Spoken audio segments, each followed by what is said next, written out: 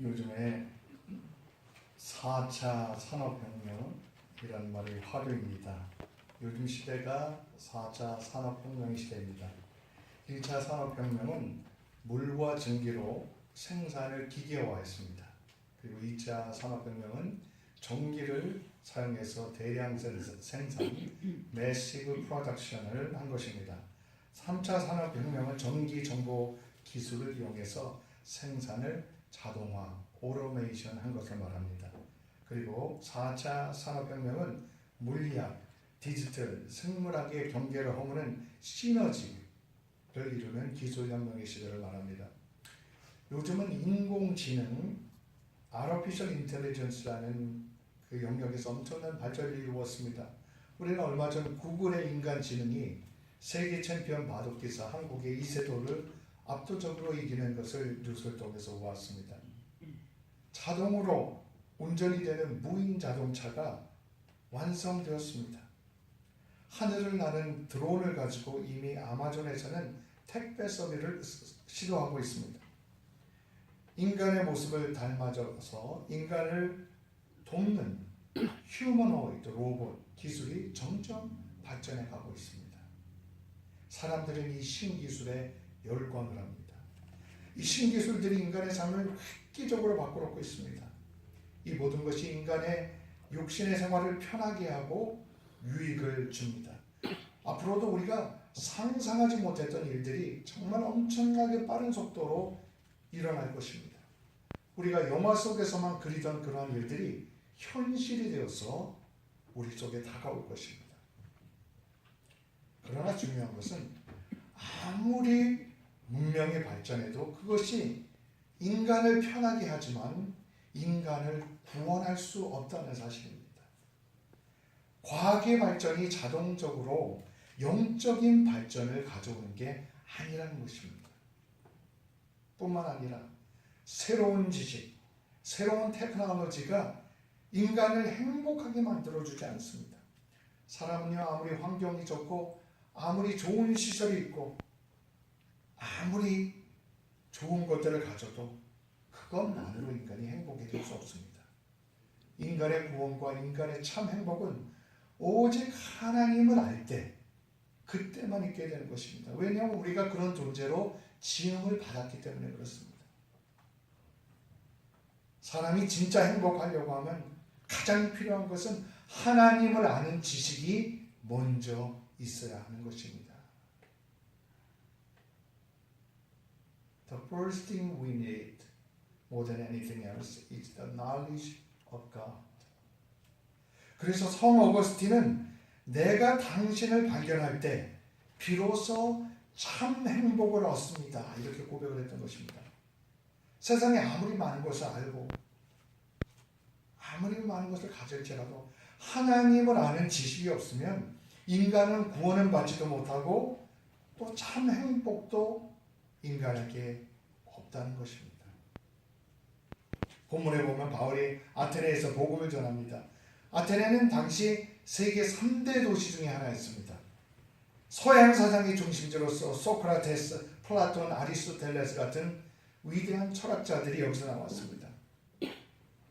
그리고 아테네는 늘 새로운 사상, 새로운 문명을 추구하는 최고의 지성을 자부하는 그런 도시였습니다.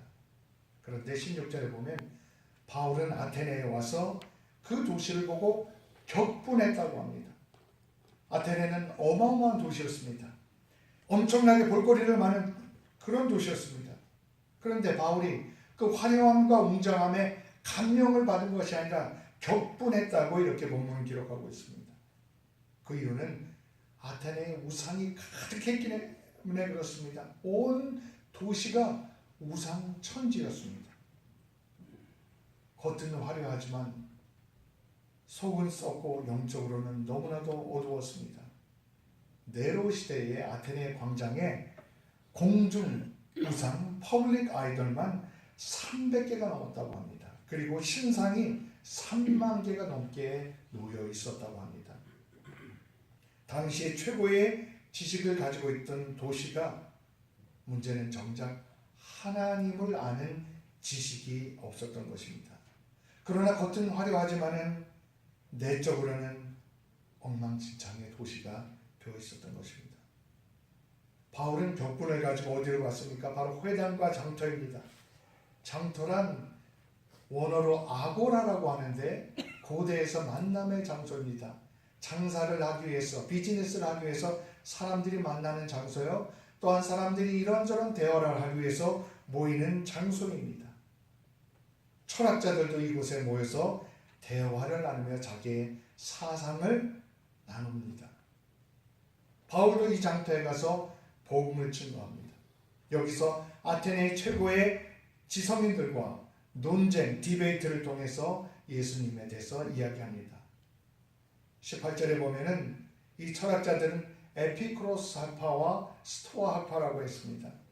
에피쿠로스 철학자들은 신이란 존재하지 않거나 존재하더라도 인간과는 동떨어진, 인간을 돌보지 않는 존재라고 믿었습니다. 스토아 철학자들은 신이 존재한다고 믿었지만 범신론, 즉 팬티즘, 자연과 모든 세계 곳곳에 신성이 들어있다고 믿었던 것입니다.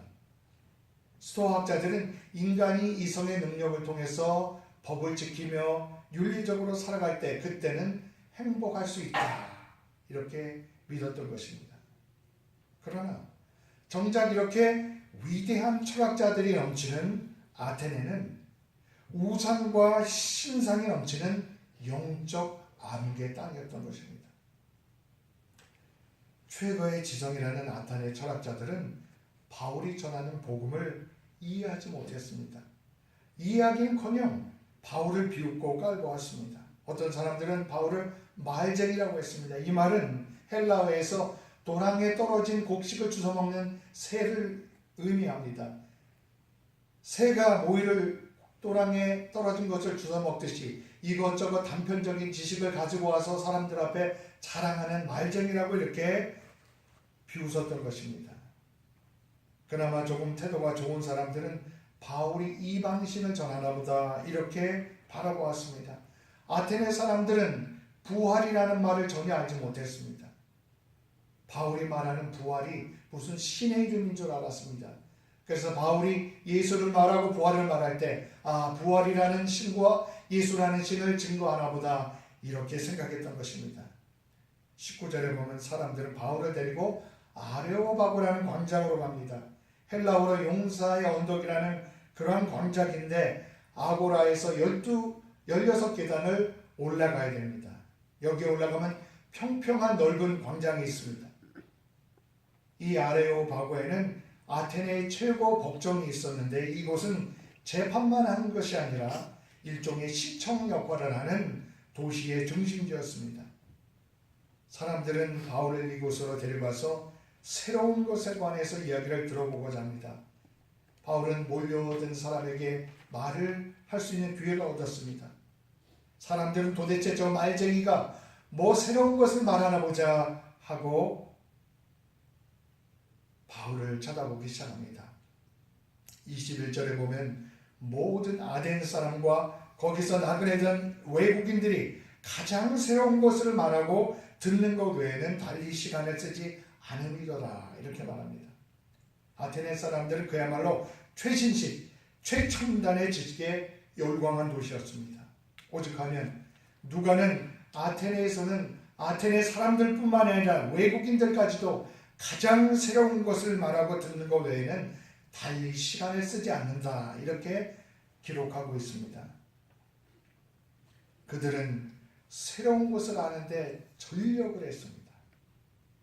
그런데 문제는 그들에게 정작 가장 필요한 하나님을 아는 지식이 없었다는 것입니다. 오늘날도 사람들은 최첨단 지식에 열광을 합니다.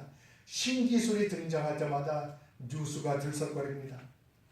애플이라는 회사가 아이폰 새로운 폰을 출시할 때마다 온통 난립니다.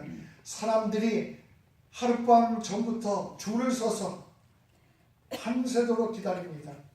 새로운 전화를 남들보다 먼저 갖고자 기다리는 것입니다.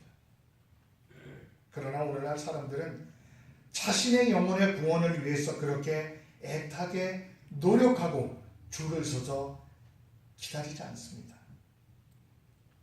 오늘날 세상의 문제가 새로운 것이 모자라서입니까?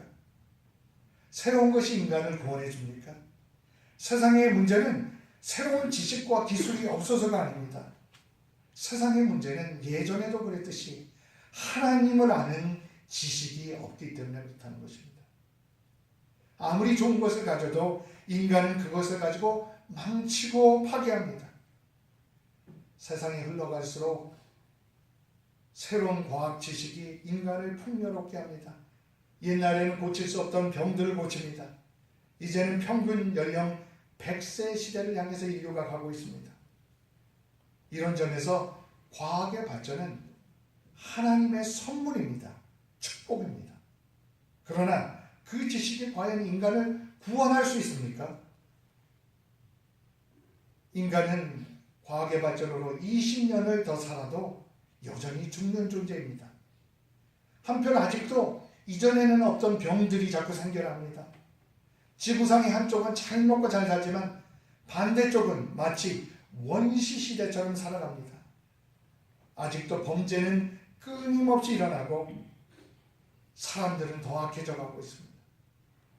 과학기술의 발전으로 핵무기를 만들어서 핵무기를 머리맡에 놓고 살아갑니다.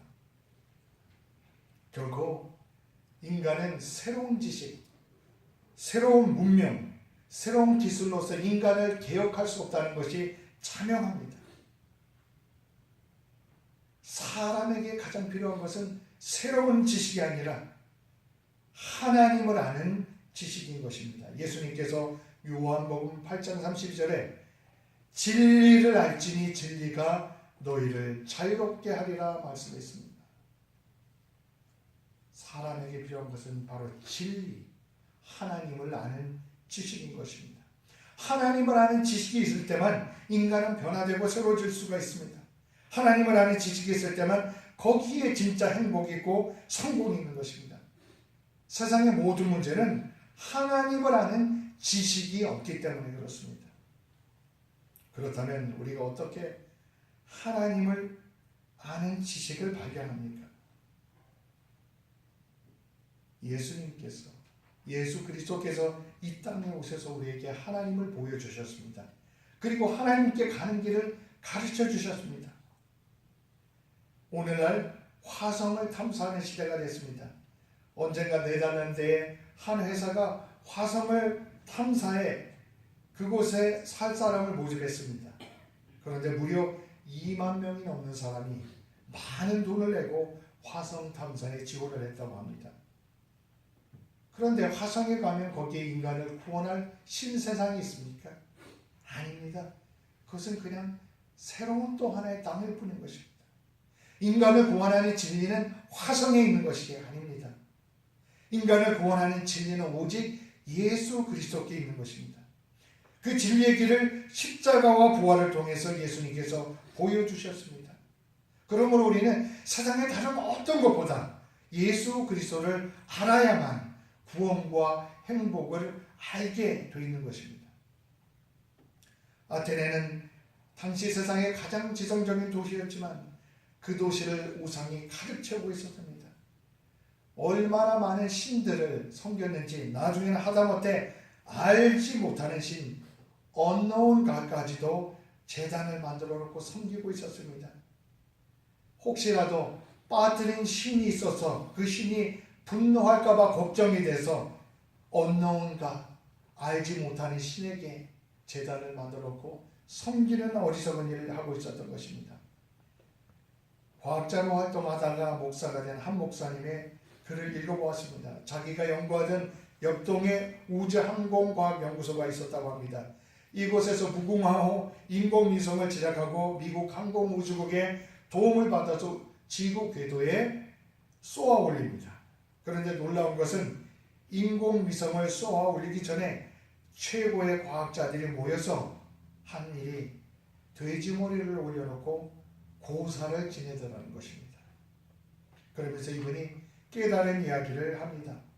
무식한 사람들은 무식하게 표현하고 유식한 사람들은 유식하게 표현할 뿐이지 타락한 모든 인간은 그 밑바닥에 우상과 미신을 강하게 품고 산다. 이런 얘기를 했습니다. 아테네 사람들은 나름대로 신을 찾고 죽음 이후의 세계를 연구했습니다. 자기의 최고의 지성을 가지고 그렇게 자기들의 방식으로 세운 종교가 수많은 우상이요 미신을 섬기게 될 것입니다. 바울은 이들에게 하나님을 아는 지식에 이른 길을 선포합니다. 바울의 메시지는 본문에 보면 크게 세 수로 구분할 수 있습니다. 첫째, 하나님이 누구신가에 대해서 말합니다. 둘째, 인간이 누구인가에 대해서 말합니다. 그리고 인간이 어떻게 하나님께 도달해서 구원을 받을 수 있는가에 대해서 말씀합니다. 바울은 세 것을 추구하지만 정작 가장 중요한 하나님을 아는 지식이 없었던 아테네인들에게 하나님을 아는 길에 대해서 선포했던 것입니다. 먼저 하나님이 누구이신가에 대해 얘기합니다. 24절에 우주와 그 가운데 있는 만물을 지으신 하나님께서는 천지의 주제시니 손으로 지으신 전에 깨지시지 아니하고 또 모든 것이 부족한 것처럼 사람의 손으로 섬김을 받으신 것이 아니니 이는 만민에게 생명과 호흡과 만물을 친히 주시는 이심이라. 한마디로 이 세상과 인간의 근원은 하나님 한 분이시라는 것입니다. 아테네 사람들은 다신론 자였습니다. 여러 신을 믿는 사람들에게 진정한 신은 한 분이시다 라고 말하는 것입니다. 아테네 철학자들은 세상의 근원이 뭔가를 알고자 노력을 많이 했습니다. 그래서 어떤 철학자는 물이 근원이다, 어떤 철학자는 불이 근원이다, 어떤 철학자들은 또 무엇이 근원이다, 나름대로 계속해서 이론을 내놓았습니다. 여기서 서양 철학이 시작되었습니다. 바울은 세상의 근원은 다른 무엇보다 하나님이시다라고 선포하고 있습니다. 인간의 근원도 하나님이시라고 말씀합니다. 인간에게 생명과 호흡을 주신 분이 하나님이라고 말씀하고 있습니다. 그러므로 엉뚱한 데서 진리를 구하지 말고 생명의 근원이신 하나님 앞으로 나오라고 초청하고 있는 것입니다. 26절에 인류의 모든 족속을 한 혈통으로 만드사 온 땅에 살게 하시고 그들의 연대를 정하시며 거주의 경계를 한정하셨으니 이는 사람으로 혹 하나님을 더듬어 찾아 발견하게 하려 하심이라. 그는 우리 각 사람에게서 멀리 계시지 아니하시도다. 바울은 두 번째로 사람에 대해서 이야기합니다. 그런데 하나님께서 인류의 모든 족속을 온 땅에 살게 하시고 그들의 연대, 즉 시간을 정하시고 거주의 경계를 한정하셨다고 합니다. 무슨 뜻입니까?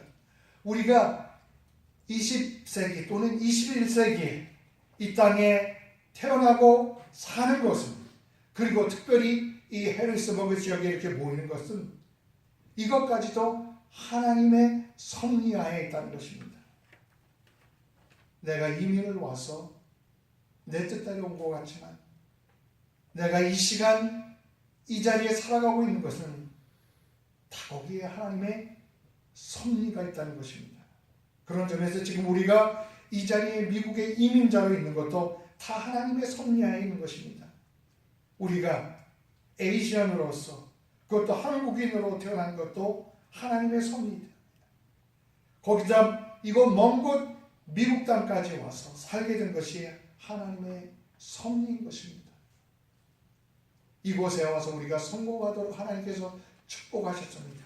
그러나 우리가 잘 먹고 잘 살라고 그것만을 위해서 부른 것은 아닙니다. 이 시대에 이 땅에서 우리에게 연대를 주시고 거주의 경계를 정하신 데는 우리에게 맡겨진 사명이 있는 것입니다. 우리를 이민자로서 부르신 데는 사명이 있다는 것입니다. 27절 다시 보면 이는 사람으로 혹 하나님을 더듬어 찾아 발견하게 하려 하심이로되 그는 우리 각 사람에게서 멀리 계시지 아니하도다 말씀합니다. 하나님께서 우리를 이 땅에 태어나게 하신 가장 중요한 목적이 바로 하나님을 발견하는 것이라고 합니다. 우리가 이 땅에 살아가는 목적은 하나님을 배우고 하나님을 닮아가는 것이라는 것입니다. 이 땅에서 먹고 일하고 재산을 모으고 살아가는 것만이 우리의 인생의 목적이 아니라 하나님께서 우리를 이 땅에 주신 목적은 바로 살면서 하나님을 발견하는 것이라는 것입니다. 이 말은 하나님을 배우고 하나님을 닮아가는 것을 말합니다. 그때 우리는 하나님께서 우리를 이 땅에 보내주신 목적을 이루며 살 수 있는 것입니다.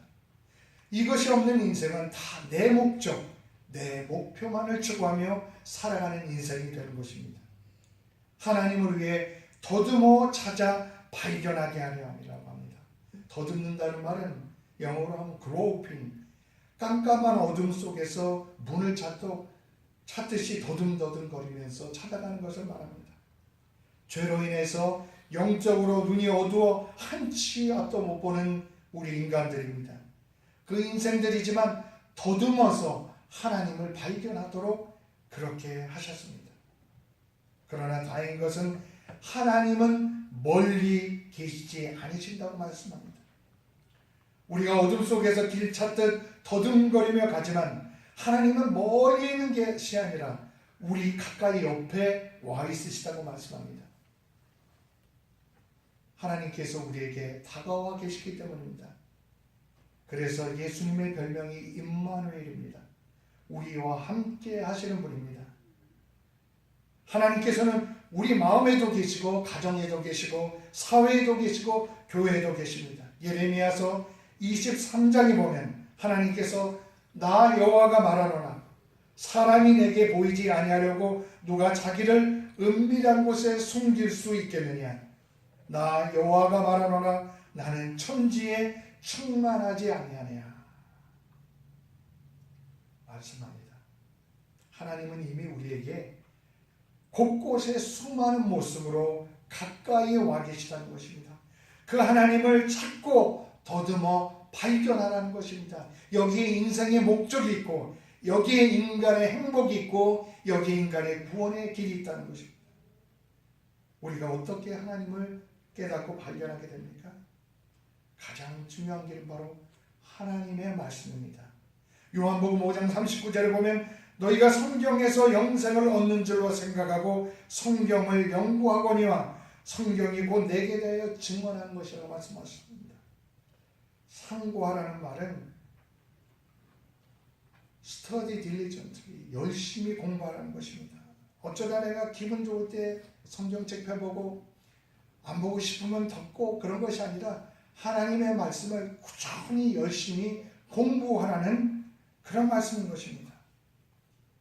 우리가 말씀을 통하여서 하나님을 아는 지식을 얻을 수 있습니다.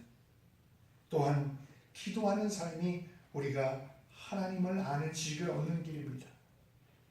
기도할 때 기도 속에서 우리는 하나님의 음성을 듣습니다. 하나님이 누구신가 깨닫게 됩니다. 그리고 또한 우리가 이렇게 모여서 예배드리는 것이 하나님을 찾아가는 길입니다. 하나님은 학문을 연구하듯이 그렇게 연구하는 대상이 아니라 경배의 대상이기 때문에 그렇습니다. 그러므로 우리는 말씀과 기도와 예배를 통해서 하나님을 찾고 발견해 나가야 하는 것입니다.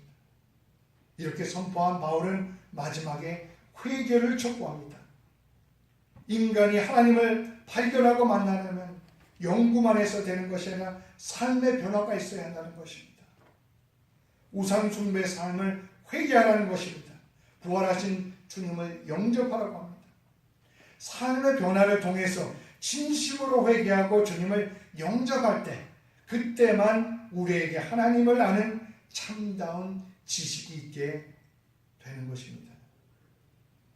새 것만을 추구하는 아테네의 바울은 하나님을 아는 지식을 선포했습니다. 진리를 선포한 것입니다. 진리는 새 것이 아니라 옛날부터 똑같이 존재하는 것입니다. 바로 그 진리는 예수 그리스도입니다. 예수 그리스도는 어제나 오늘이나 영원토록 동일하신 분이라고 했습니다. 오늘날 세상은 아테네와 같습니다. 지식은 넘치지만 정작 하나님을 아는 지식이 없습니다. 수많은 지식을 찾아 인터넷을 뒤지지만 정작 하나님을 아는 그 살리는 지식에는 무관심합니다. 우리는 무엇보다 하나님을 아는 지식을 얻기 위해 더듬어 찾고 노력하는 삶을 살아야 한다는 것을 본문을 통해서 배우게 됩니다. 우리를 살리는 지식은 아테네인들이 찾았던 그런 새 지식이 아닙니다. 우리를 살리는 지식은 바로 하나님을 아는 지식입니다. 하나님께서 더듬어 노력하면서 하나님을 발견하라고 말씀하십니다. 그리고 감사한 것은 하나님께서 우리 가까이 계시다고 말씀하고 계십니다. 다 같이 기도하겠습니다. 하나님 아버지, 저희에게 참 진리를 보여주시니 감사드립니다. 예수님이야말로 참 진리 자체이심을 고백합니다. 이제 세상의 어떤 지식, 세상의 어떤 유행, 세상의 어떤 뉴스보다 우리를 살리는 하나님을 아는 지식을 갖기 위해서 애쓰는 저희들 되게 하여 주시옵소서. 철저한 말씀 탐구와 깊은 기도와 예배를 통해 우리 가까이 계신 주님을 만나고 발견하는 삶이 되게 하여 주시옵소서. 날마다 주님의 임재를 경험하는 삶이 되도록 주님께서 도와주시고 인도하여 주시옵소서. 예수님 이름으로 기도드립니다. 아멘.